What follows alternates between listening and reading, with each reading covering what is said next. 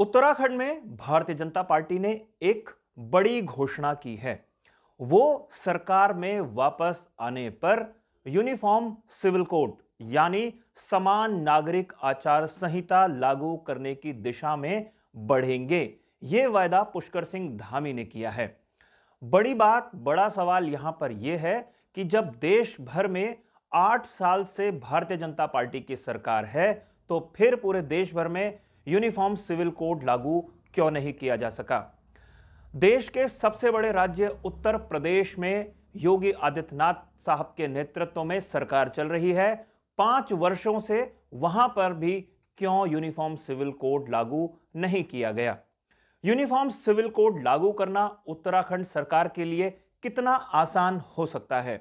Bharatiya Janata party आखिर क्यों चुनाव के अंतिम समय में ध्रुवीकरण करने की कोशिश कर रही है। क्या भारतीय जनता पार्टी को इसका फायदा मिल पाएगा? क्या गोवा की तर्ज पर उत्तराखंड में भी समान नागरिक संहिता बनाई जा सकती है? कानूनी रूप से इसको लागू करने के क्या क्या प्रावधान हैं और बीजेपी के लिए उत्तराखंड क्या एक नई प्रयोगशाला बन गया है जहां पर वो यूनिफॉर्म सिविल कोड का परीक्षण कर सकें? ये कुछ ऐसे मुद्दे हैं जिनका मैं आज विश्लेषण करने जा रहा हूं। लेकिन अपनी बात पर मैं आगे बढ़ूं उससे पहले आपसे मेरा आग्रह है, अगर आपने अभी तक ये चैनल सब्सक्राइब नहीं किया है तो इस चैनल को सब्सक्राइब आप जरूर कर लीजिए। नमस्कार, मैं हूं मनमोहन भट्ट। भारतीय जनता पार्टी ने उत्तराखंड में आज एक नई बहस, नई चर्चा को जन्म दे दिया है। यूनिफॉर्म सिविल कोड का उल्लेख बीजेपी के दृष्टि पत्र में या विजन डॉक्यूमेंट में नहीं हो पाया था, लेकिन इस गलती को बीजेपी ने सुधार दिया है। उत्तराखंड में मुख्यमंत्री पुष्कर सिंह धामी ने एक बयान जारी करके सरकार में वापसी करने पर यूनिफॉर्म सिविल कोड लागू किए जाने की घोषणा की है। अपने विश्लेषण पर हम आगे बढ़ें उससे पहले आप इस बयान को सुनिए, फिर हम आगे की बात करेंगे। अपने शपथ ग्रहण के तुरंत बाद न्यायविदों, सेवानिवृत्त जनों, समाज के प्रबुद्ध जनों और अन्य स्टेक होल्डरों की एक कमेटी गठित करेगी जो कि उत्तराखंड राज्य के लिए यूनिफॉर्म सिविल कोड का ड्राफ्ट तैयार करेगी।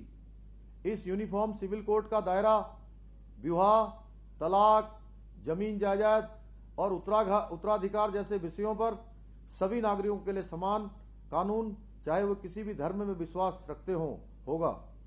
ये यूनिफॉर्म सिविल कोड संविधान निर्माताओं के सपनों को पूरा करने की दिशा में एक अहम कदम होगा और संविधान की भावनाओं को मूर्त रूप देगा। ये भारतीय संविधान के आर्टिकल 44 की दिशा में भी एक प्रभावी कदम होगा जो देश के सभी नागरिकों के लिए समान नागरिक संहिता की संकल्पना प्रस्तुत करता है। सर्वोच्च न्यायालय ने भी समय समय पर इसे लागू करने पर जोर ही नहीं दिया, बल्कि कई बार इस दिशा में कदम नहीं उठाने के लिए भी नाराजगी व्यक्त की है। तो साथियों, आपने सुना किस तरीके से पुष्कर सिंह धामी साहब ने उत्तराखंड की जनता से यह वायदा किया है। अब मैं आपको बताता हूं कि उत्तराखंड में इस समय क्या स्थिति है। उत्तराखंड में 14% मुसलमान हैं। इस समय उत्तराखंड के जो तराई के क्षेत्र हैं, मैदानी क्षेत्र जिनको कहा जाता है, वहां पर मुस्लिम मतदाता कई जगह निर्णायक भूमिका में आ गए हैं। इसलिए बीजेपी इस समय ध्रुवीकरण करने की कोशिश कर रही है ताकि अगर हिंदू वोट एकजुट हो जाए तो सरकार में वापसी की राह आसान हो सकती है। इसीलिए यूनिफॉर्म सिविल कोड का जिक्र किया गया है। वास्तव में इस समय देश में लोकतंत्र है, धर्मनिरपेक्ष इसे कहा जाता है, लेकिन यहां पर मुस्लिमों को कुछ अतिरिक्त अधिकार दिए गए हैं जहां पर मुस्लिम पर्सनल लॉ बोर्ड के हिसाब से कई फैसले होते हैं। जो शरिया कानून है उसके हिसाब से मुस्लिम समाज चलता है। हालांकि 3 तलाक के मामले में केंद्र सरकार ने बड़ा परिवर्तन कर दिया, लेकिन यूनिफॉर्म सिविल कोड लागू करने की वो हिम्मत नहीं जुटा पाई। गोवा ही देश भर में एकमात्र ऐसा राज्य है जहां पर 1962 से यूनिफॉर्म सिविल कोड सिस्टम लागू है। यानी कि किसी भी काम को करने के लिए किसी भी धर्म, किसी भी संप्रदाय, किसी भी पंथ में एक ही नियम है। हम सब जानते हैं मुस्लिम समुदाय कई बार मुस्लिम पर्सनल लॉ बोर्ड के हिसाब से कई फैसले करता है। धामी साहब का यह मास्टर स्ट्रोक माना जा रहा है। चुनाव प्रचार खत्म हो चुका है, लेकिन यह एक नई बहस है। अब बड़ा सवाल यह आता है कि क्या राज्य सरकार इसको लागू कर सकती है, और लागू अगर यह हो सकता है तो कैसे हो सकता है। वास्तव में देश की संवैधानिक व्यवस्था के हिसाब से संविधान में नीति निर्देशक तत्वों का उल्लेख किया गया है, और उसके हिसाब से अनुच्छेद 36 से लेकर 51 तक राज्यों को कई अधिकार हासिल हैं। इसमें अनुच्छेद 44 यूनिफॉर्म सिविल कोड के बारे में बात करता है, यानी कि राज्य सरकारें यूनिफॉर्म सिविल कोड बना सकती हैं, जैसे कि गोवा में बना हुआ है।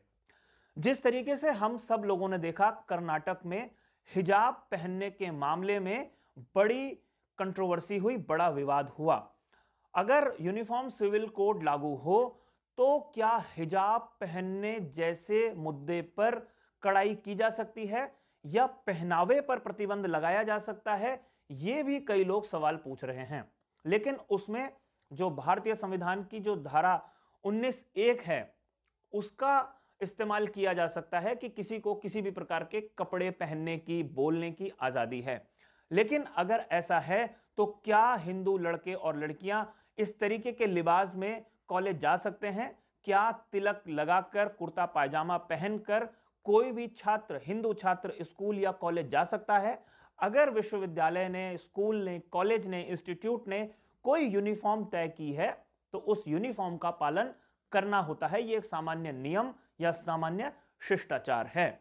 ऐसे में हिजाब जैसी कंट्रोवर्सी या मुस्लिम समुदाय किसी भी तरीके का कोई बड़ा आंदोलन उत्तराखंड में ना कर पाए, इसको ध्यान में रखते हुए बीजेपी इसको एक मास्टर स्ट्रोक की तरह खेल रही है। अब बड़ी बात यहां पर यह आती है कि आखिर उत्तराखंड ही क्यों? देश में भारतीय जनता पार्टी की सरकार है, उत्तर प्रदेश और मध्य प्रदेश जैसे बड़े राज्य में बीजेपी की सरकार है, तो बड़े राज्यों में क्यों यूनिफॉर्म सिविल कोड का पालन नहीं किया गया, या वहां पर क्यों यूनिफॉर्म सिविल कोड लागू नहीं किया गया? कानूनी रूप से वहां पर भी अगर बहुमत में सरकार है तो वो यूनिफॉर्म सिविल कोड को लागू कर सकती है। लेकिन मैं आपको यहां पर बताऊं कि बीजेपी उत्तराखंड को एक प्रयोगशाला के तौर पर इस्तेमाल कर रही है। अगर यूनिफॉर्म सिविल कोड का स्ट्रोक यहां पर ठीक निशाने पर बैठ गया तो उसे बड़े राज्यों में भी लागू किया जा सकता है, और उसके बाद उसका इस्तेमाल केंद्र में भी किया जा सकता है। भांपा जाएगा कि मुस्लिम समुदाय क्या प्रतिक्रिया अपनी देता है। तो यह बीजेपी का एक मास्टर स्ट्रोक चुनाव से ठीक पहले है। ध्रुवीकरण करने की कोशिश बीजेपी ने एक बार फिर से की है। इसका क्या फायदा होगा, यह अभी कहना थोड़ा सा जल्दबाजी होगी। तो साथियों, आज की हमारी इस रिपोर्ट में फिलहाल इतना ही। लेकिन जाते जाते आपसे आग्रह, अगर आपको ये रिपोर्ट पसंद आई हो तो इसे लाइक कीजिए, इसे शेयर करके अपने मित्रों तक पहुंचाइए। और अगर आपने अभी तक इस चैनल को सब्सक्राइब नहीं किया है तो इस चैनल को भी आप सब्सक्राइब जरूर कर लीजिए। अगली रिपोर्ट में आपसे एक बार फिर मुलाकात होगी। तब तक के लिए नमस्कार।